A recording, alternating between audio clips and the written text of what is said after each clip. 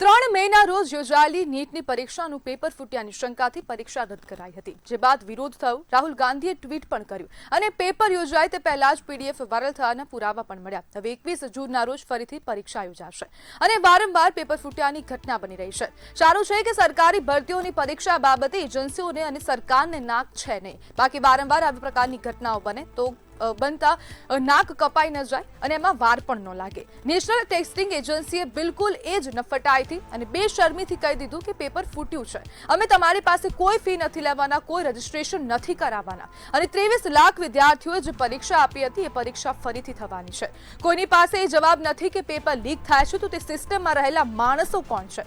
જે વિદ્યાર્થીઓએ એડી ચોટીનું જોર લગાવીને માત્ર ભણવું ને ભણવું કર્યું હોય તે વિદ્યાર્થીઓની પરીક્ષા ફરી થાય તો તે દુઃખ, તે પીડા તે વિદ્યાર્થી અને તેના માતા પિતાને જ ખબર પડે. અને આને જ કારણે કોઈ પણ સંકોચ વગર કહી શકાય કે આપણી સરકાર અને એજન્સીઓ પરીક્ષા લેવા માટે સક્ષમ નથી અને વારંવાર નીટની જે પરીક્ષા યોજાય છે તે પરીક્ષાના પેપરો ફૂટી રહ્યા છે અને આ વખત ફરીથી પેપર ફૂટીને 23 લાખ વિદ્યાર્થીઓએ આ પરીક્ષા આપી હતી અને આ પરીક્ષાનું પેપર ફૂટી ગયું છે. રાજસ્થાનનું શિકર હોય કે પછી કેરળમાંથી જે લોકોની અટકાયત કરવામાં આવી રહી છે તે લોકો પર હવે આરોપ મૂકવામાં આવી રહ્યો છે, પરંતુ અહીંયા પ્રશ્ન ઉભા થઈ રહ્યા છે કે કેમ જે વ્યક્તિ પાસે પેપર પહોંચ્યું છે તે વ્યક્તિની ઉપર ધરપકડ કેમ કરવામાં આવી રહી છે, તે જ વ્યક્તિ પર કેમ નજર રાખવામાં આવી રહી છે. પણ આ પેપર કોણે આપ્યું તે દિશામાં ક્યાંક ને ક્યાંક સીબીઆઈ પણ હવે કાર્યવાહી કરતી નથી. અને આજ મુદ્દે આપણી સાથે ચર્ચા કરવા માટે એનએસયુઆઈના નેતા આશિષ કાતરિયા જોડાઈ ગયા છે. આશિષભાઈ, નીટની પરીક્ષા ફરીથી યોજાશે, 21 જૂનની તારીખ આપવામાં આવી છે, શું કહેશો?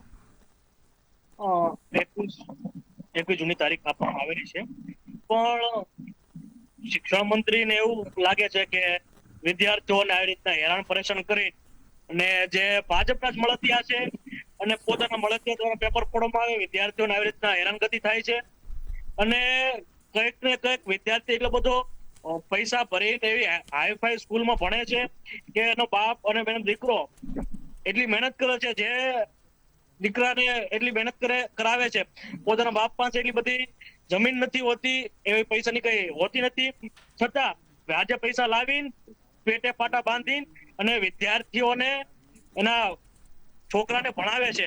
અને આ બધાને ભણાવવા છતાં શિક્ષણ મંત્રીના મળતિયા દ્વારા આ કોઈના દર્દ દુઃખ સમજાતા નથી. એને તો માત્ર ને માત્ર વિદ્યાર્થીઓને કેમ હેરાન નુકસાન જાય એ ભાજપ સરકાર અને ભાજપ સરકારનું મોડેલ રહ્યું છે અને વિદ્યાર્થીઓને દરેક રીતના હેરાન પરેશાન કરવાની આ ભાજપની એક ટેકનિક બની ગઈ છે એવું મને લાગી રહ્યું છે. વિદ્યાર્થી માનસિક રીતના અત્યારે મારે ઘણા કોલ આવ્યા, મિત્રો છે અને ઘણા એવા વાલીઓ છે કે ભાઈ અમારે શું કરવું, હું નહીં, અને પરેશાન છે ને રોવા મળે છે વિદ્યાર્થી. આપણે પ્રશ્ન પૂછે આપણને એમ થાય કે આપણે શું સહાનુભૂતિ આપીએ એવું પણ થાય છે. આશિષભાઈ, જ્યારે વિદ્યાર્થીઓના દુઃખની વાત થઈ રહી છે, પરંતુ પ્રશ્ન અહીંયા પણ એ ઉભો થાય છે કે વિદ્યાર્થીઓ પાસે હવે આ પેપર પહોંચી ગયું છે અને વિદ્યાર્થીઓમાં ડિમાન્ડ હશે કે અમારે નીટનું પેપર જોઈએ છે, તો જ આવા મળતિયા લોકો ક્યાંક ને ક્યાંક કૌભાંડ કરતા રહેશે, ભ્રષ્ટાચાર કરતા રહેશે. ક્યાંક ને ક્યાંક હવે વિદ્યાર્થીઓના નસની અંદર પણ હવે ક્યાંક ને ક્યાંક આ જે પેપર છે, ગેરરીતે પેપર મેળવવાની એક નીતિ બેસી ગઈ છે. વિદ્યાર્થીઓને એ લાલચ હોય કે કોક અમીર બાપનો દીકરો હોય એ જ આ વસ્તુ કરવાની શક્યતા બને ને. જે ગરીબ બાપનો દીકરો છે એ શું કામ પેપર ફોડે, પેપરના પૈસા પણ એટલા બધા ના ભરી શકે. જે અમીર બાપનો દીકરો છે અને એનામાં એવા બધા ગુણો ને એવા બધા હોય ને જે પાછો ભાજપનો જ નીકળે છે, તમે જોવો. અને એને જે મનમાં ઘેલચા થાય છે કે અમે પેપર લઈ લે અને બીજા અમારા વિદ્યાર્થીઓ ગવર્મેન્ટમાં લાગી જાય, અને ગરીબ બાપનો દીકરો 15 લાખ 20 લાખ કરોડ રૂપિયા ભરીને એમબીબીએસ ને એમડીમાં ને બધામાં એડમિશન લેતો હોય, તમે એની વેદના સમજો. કેમ કે બન્યો છે મારા ફેમિલીમાં, મારા આડોશ પડોશમાં એક વિદ્યાર્થી છે, હું તમને વાત કરું, એ વિદ્યાર્થી માર્ક કરતા કે 720 માંથી મને 640 માર્ક આવશે